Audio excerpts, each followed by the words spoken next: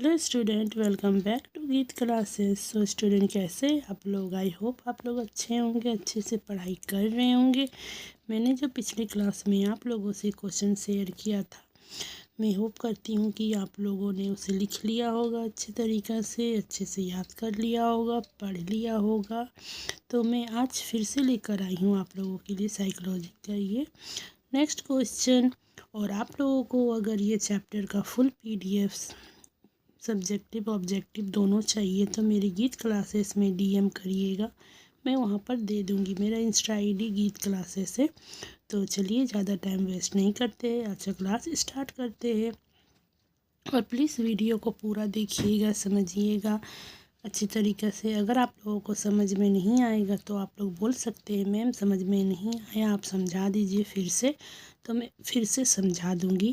Psychology देखिए बहुत ही easy subject है, उतना हार्ड नहीं है। आप लोग अच्छे से पढ़िएगा तो आप लोगों को समझ में आएगा, बहुत अच्छे से आएगा। ओन वर्ड में आप लोग लिख सकते हैं, पर आप लोग नहीं समझिएगा तो फिर आप लोगों को समझ में नहीं आएगा ना। तो याद रखना नहीं है, आप लोगों को समझना है। तो ठीक है, चलिए आज क्लास स्टार्ट करते हैं। देखिए क्या क्वेश्चन है, बुद्धि परीक्षण की उपयोगिता पर संक्षेप टिप्पणी, है ना, लिखे। क्या क्वेश्चन है, बुद्धि परीक्षण की उपयोगिता पर संक्षेप टिप्पणी लिखे। हार्ड नहीं है, थोड़ा सा बुद्धि परीक्षण की उपयोगिता पर संक्षेप टिप्पणी लिखना, थोड़ा मोड़ा कुछ लिखना है। देखिए क्या बुद्धि तो आप समझते हैं, बुद्धि परीक्षण की उपयोगिता जीवन के अनेक क्षेत्रों में स्थापित हो चुकी है। देखिए आप लोगों को हार्ड में नहीं लेना, आप लोगों को हर क्वेश्चन साइकोलॉजी का इजी में लेना है, ठीक है। तो सबसे पहले क्वेश्चन को समझा जाता है, तो मैंने जो आप लोगों को समझा दिया है क्वेश्चन, आप लोगों को समझ में आ गया होगा, है ना। समझ में नहीं आया तो कमेंट में बोल दीजिएगा मैम समझ में नहीं आया, फिर से समझा दीजिए तो मैं समझा दूँगी। तो चलिए फिर से मैं एक बार आप लोगों को समझा देती हूँ, ठीक है। बुद्धि परीक्षण की उपयोगिता जीवन के अनेक क्षेत्रों में स्थापित हो चुकी है। बुद्धि परीक्षण जो है ना, उसकी उपयोगिता जीवन में अनेक क्षेत्रों में स्थापित हो चुका है, ठीक है। बुद्धिमान व्यक्तियों की पहचान बुद्धि परीक्षण के माध्यम से होती है। जो बुद्धिमान इंटेलिजेंट जो स्टूडेंट होता है, इंटेलिजेंट लोग होता है ना, तो उसका परीक्षण के माध्यम से पता चलता है। मतलब हम लोग माध्यम से मतलब परीक्षण करते हैं, हम लोग उसका जांच करते, ठीक है, रिसर्च करते किसका कितना बुद्धि है कितना नहीं है, ठीक है। बुद्धि परीक्षण की उपयोगिता निम्नलिखित क्षेत्रों में बहुत अधिक है। बुद्धि परीक्षण की जो उपयोगिता है ना, निम्नलिखित क्षेत्रों में बहुत ही ज़्यादा अधिक मात्रा में है, बहुत ही ज़्यादा अधिक है, ठीक है। समझ में आया होगा, मैं होप करती हूँ आप लोगों से।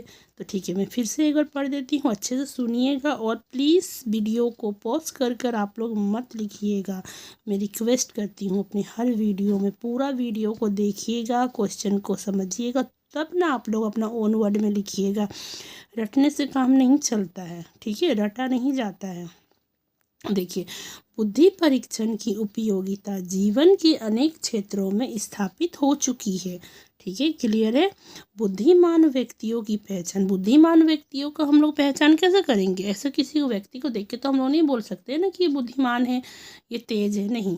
तो हम लोग उसका परीक्षण के माध्यम से होता है, ठीक है। बुद्धिमान परीक्षण की उपयोगिता निम्नलिखित क्षेत्रों में बहुत अधिक है, निम्नलिखित क्षेत्रों में बहुत अधिक है। सबसे पहला पॉइंट आप लोग लिखिएगा, मन बुद्धि बालकों का पता लगाना। सबसे पहले हम लोग मन बुद्धि, जो पागल होता है, जो एबनॉर्मल बच्चा होता है ना, उसका पता लगाते हैं कक्षा के क्षेत्र में, ठीक है। कक्षा के क्षेत्र में, व्यावसायिक निर्देशन के क्षेत्र में, विशिष्ट वर्ग के अध्ययन के क्षेत्र में, बाल अपराधियों के क्षेत्र में, कर्मचारियों के चयन के क्षेत्र में, बौद्धिक दुर्बलता निदान के क्षेत्र में इत्यादि एक्सेट्रा। मतलब मन बुद्धि बालकों का पता लगाते हैं, कौन मन बुद्धि है, कौन अच्छा है। मन बुद्धि बालक का तो आप देख के ही पता लगा सकते हैं ना, ये मन बुद्धि है। बहुत सारा जो ऐसा होता है आप देख के नहीं लगता कि ये मन बुद्धि है, उसको बाद में परीक्षण करने के बाद ही पता चलता है ये मन बुद्धि है, ठीक है। शिक्षा के क्षेत्र में, शिक्षा में भी देखा जाता है, पढ़ाई लिखाई से भी पता चलता है, व्यावसायिक निर्देशन के क्षेत्र में, व्यावसायिक जहाँ काम काज होता है वहाँ भी, विशिष्ट वर्ग के अध्ययन के क्षेत्र में, बाल अपराधियों के क्षेत्र में, कर्मचारियों के चयन के क्षेत्र में, बौद्धिक दुर्बलता निदान के क्षेत्र में आदि। ठीक है, क्लियर है, समझ में आ गया होगा, है ना।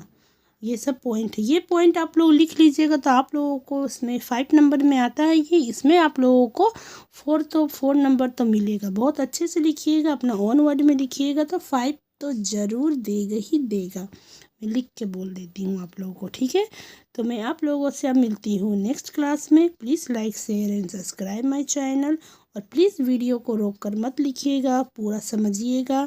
समझ में नहीं आएगा तो कमेंट में बोलिएगा मैम समझ में नहीं आया, तो मैं फिर से समझा दूँगी, ठीक है। और अपने दोस्तों के साथ भी